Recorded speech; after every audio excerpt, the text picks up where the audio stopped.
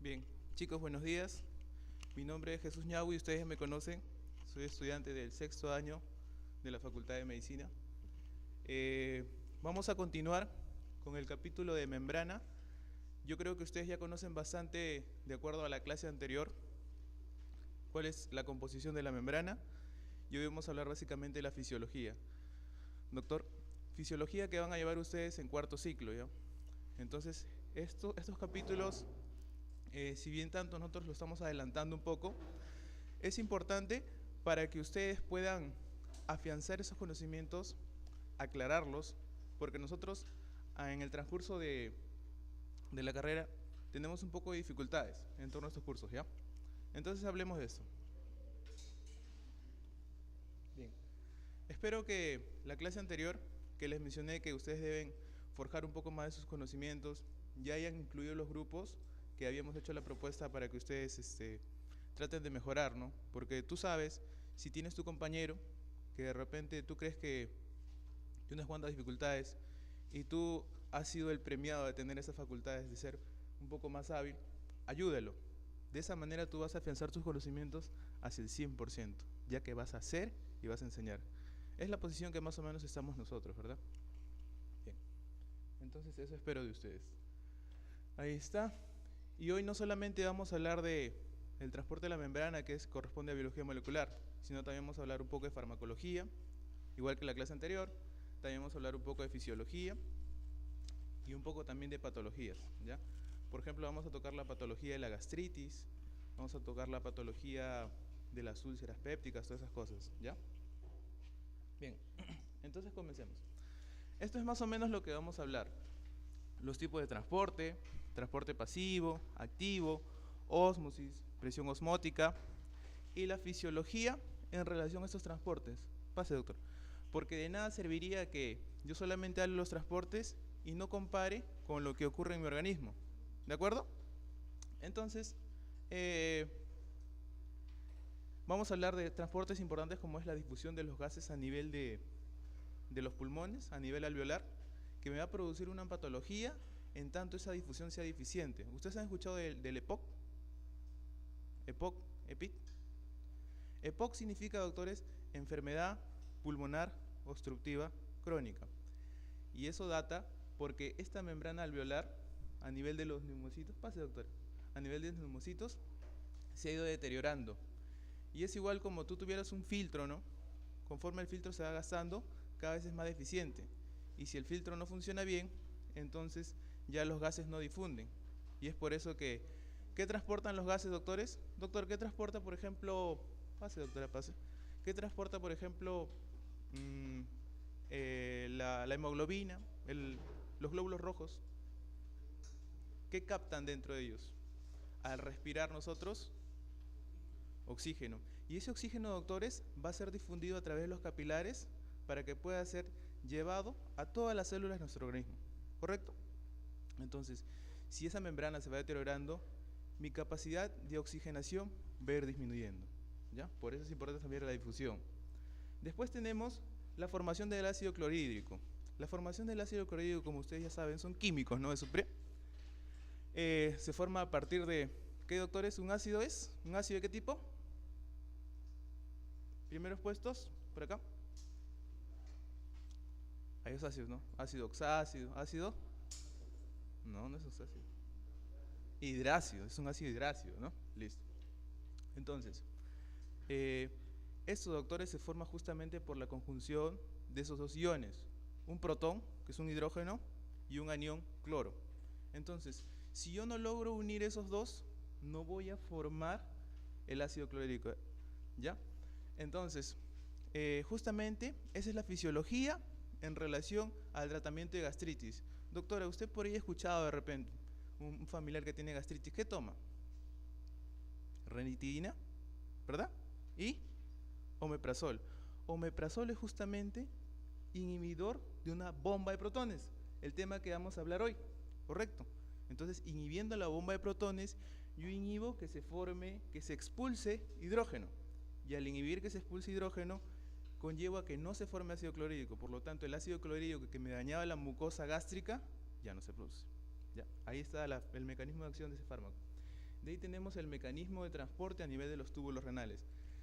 De repente, este capítulo de fisiología renal va a ser el que más nos va a apoyar en torno al transporte, porque ahí vas a ver que hay bombas a nivel de... ¿Cuáles son las células de la nefrona, doctor?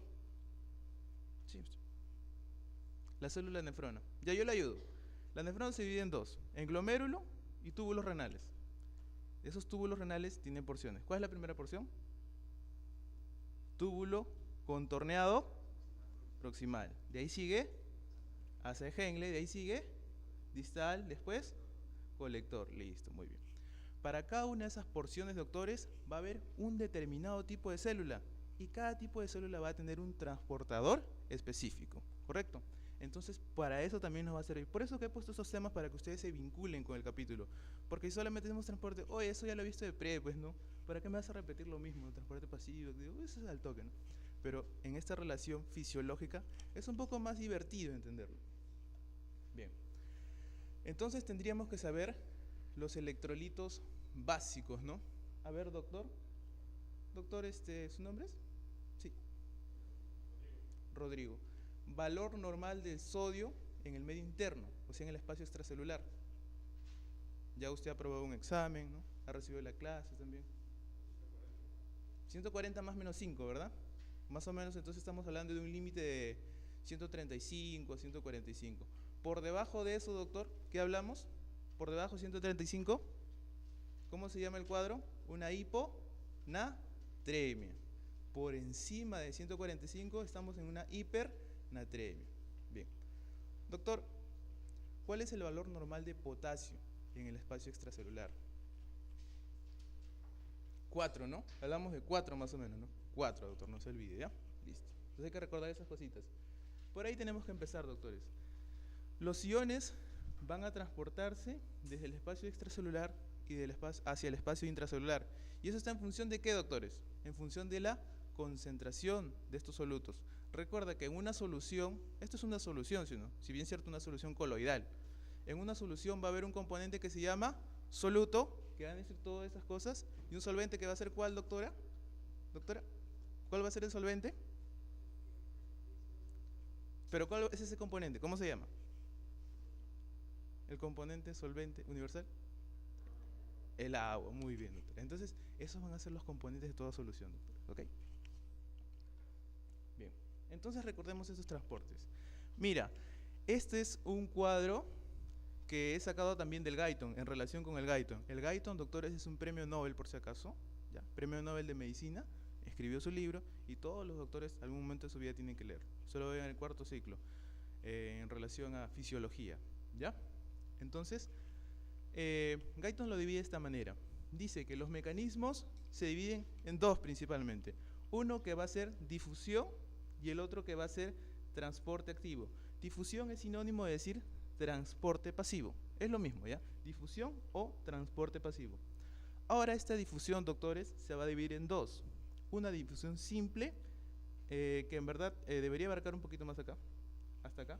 Vamos a ver un cuadrito un poquito mejor. Hasta acá es difusión abarca difusión simple y mediada por canal. Y la difusión facilitada solamente por ese transportador de membrana. Estamos haciendo solamente un pantallazo general del capítulo, ¿ya?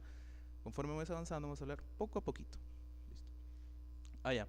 ¿En qué se diferencia básicamente, doctor, los dos transportes?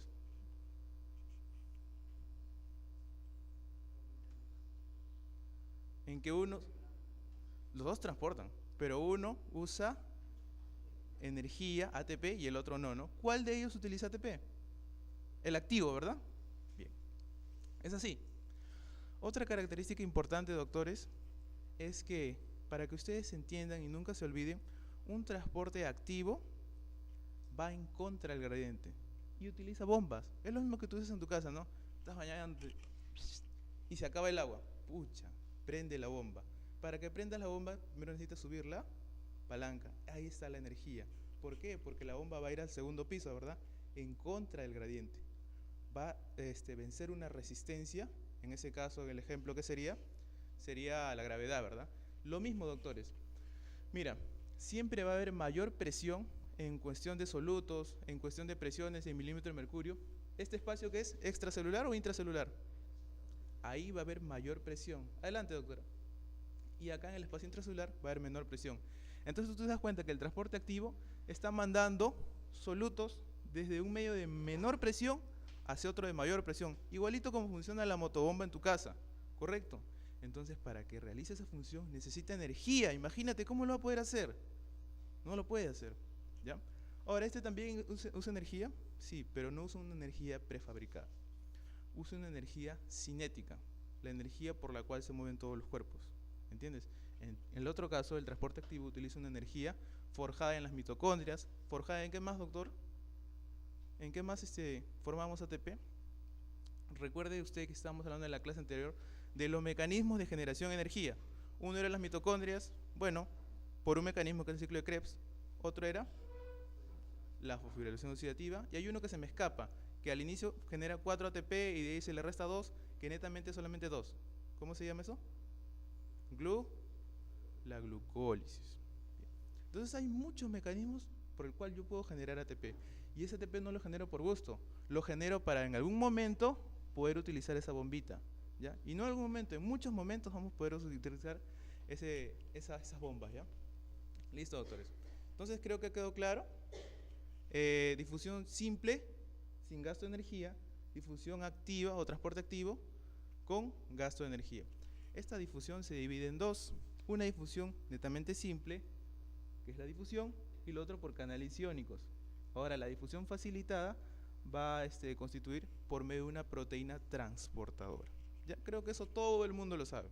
Bien, ahora vamos a hablar de la particularidad de cada uno de esos transportes. Bien, entonces, estos de acá ya hablamos, falta hablarlos de allá. Mira, el transporte activo, es decir, con gasto de energía, a la vez se divide en un transporte primario y en un transporte secundario. ¿Ya? Anota eso. El transporte primario es el que utiliza las bombas. ¿Qué bomba es la más conocida, doctor? ¿Qué bomba es la más conocida? Sodio de potasio. ¿Es la única? También hay bomba, ¿qué más? Bomba de hidrógeno que hemos hablado, bomba de calcio también. ¿Ya? Muy importante saber eso. Esas tres bombas principales, hay más, ¿ya? Principales van a formar el transporte activo primario. ¿Listo? Ahora el transporte activo secundario se va a conformar por los transportes que van a ser o un uniporte, o un simporte, o un antiporte.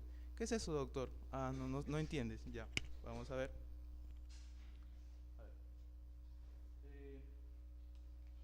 Un uniporte es cuando un solo componente pasa. Generalmente es el sodio. ¿Ya? Correcto. Un simporte es cuando dos componentes pasan por ayuda de otro. Generalmente, ¿cuál? El sodio. Pero si pasa el sodio va a jalar a la mayoría de los solutos. Uno de ellos va a ser glucosa. ¿Ya? Es decir, para que ingrese glucosa a la célula, va a tener que ingresar conjuntamente con el sodio. ¿Esto cómo se llama? Cuando dos ayudan, se llama simporte. Uniporte. Ahora falta antiporte. Antiporte, doctores, consiste en que uno entra y otro sale. ¿Ya? Es decir, uno entra, por ejemplo, sodio también siempre el personaje, doctores, en estas bombas va a ser sodio. ¿Ya? Uno entra y otro sale. ¿Ya? En este caso puede ser hidrógeno. ¿Listo, doctores? Y ojo, la mayoría de las bombas siempre tratan de equilibrar el medio interno. Es decir, yo tengo un equilibrio en relación a la electronegatividad acá, y ese equilibrio tengo que conservarlo. ¿Ok? Entonces, si entra, mira, si entra un sodio, estoy alterando en una carga mi electronegatividad dentro de la célula, ¿verdad? Entonces, para equilibrar eso, tiene que salir otro positivo. ¿Entiendes? Generalmente es así. Igual, doctores, ¿usted pregunta? Igual, doctores, va a ser cuando, por ejemplo, yo haga en relación a aniones. En relación a aniones, doctores, por ejemplo, vas a darte cuenta que cuando hablemos de la formación del ácido clorhídrico, también va a ser 1 y 1. Es decir, si yo boto un cloro,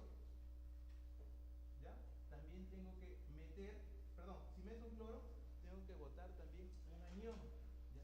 Y este anión va a ser básicamente, ¿cómo se llama? Ion carbonato, ¿verdad? Entonces mira, cambias un anión por otro anión. En el caso anterior que hicimos, cambias un catión por otro catión. ¿Para qué estamos haciendo eso, doctora? ¿Por qué la misma carga? ¿Para neutralizar o para conservar la electronegatividad que estamos hablando?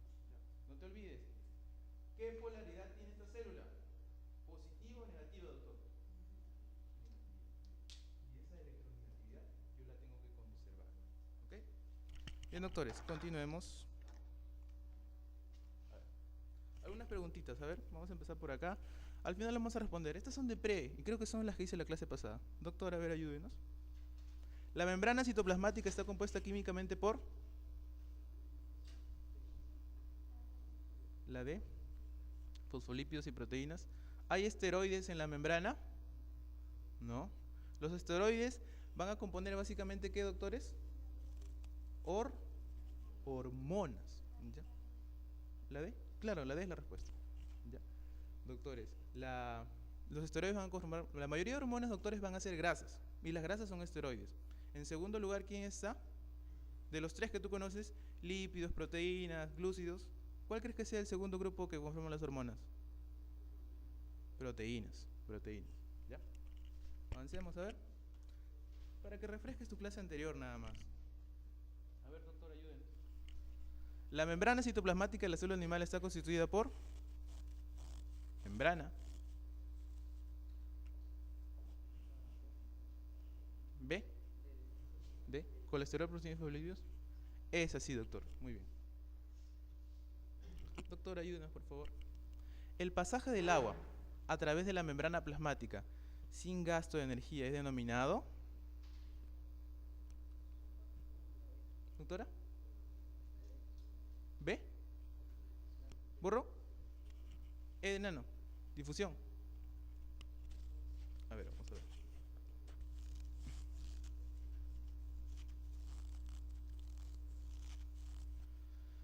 En realidad sí sería lo que dice la doctora.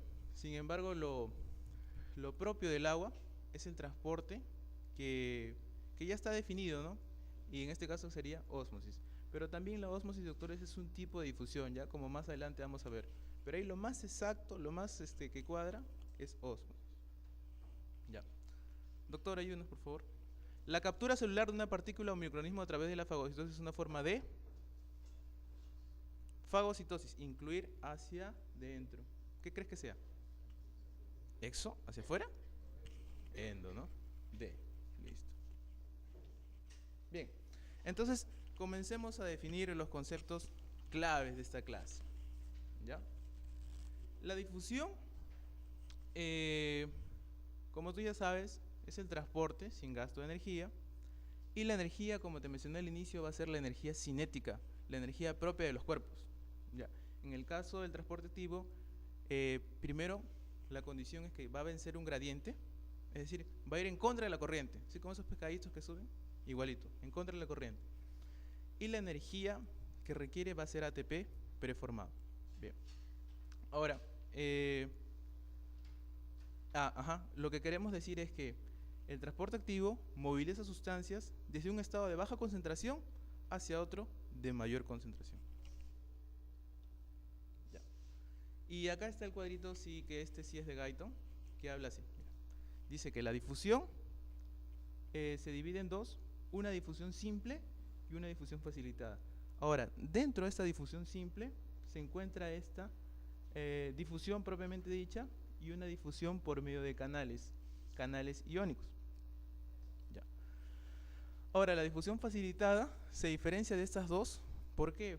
Porque esa proteína transmembrana que ves ahí va a incluir el componente del que quiera pasar, ¿no? Por ejemplo, puede pasar glucosa, como que va a incluirlo a su constitución para después voltear y darle paso hacia el medio intracelular.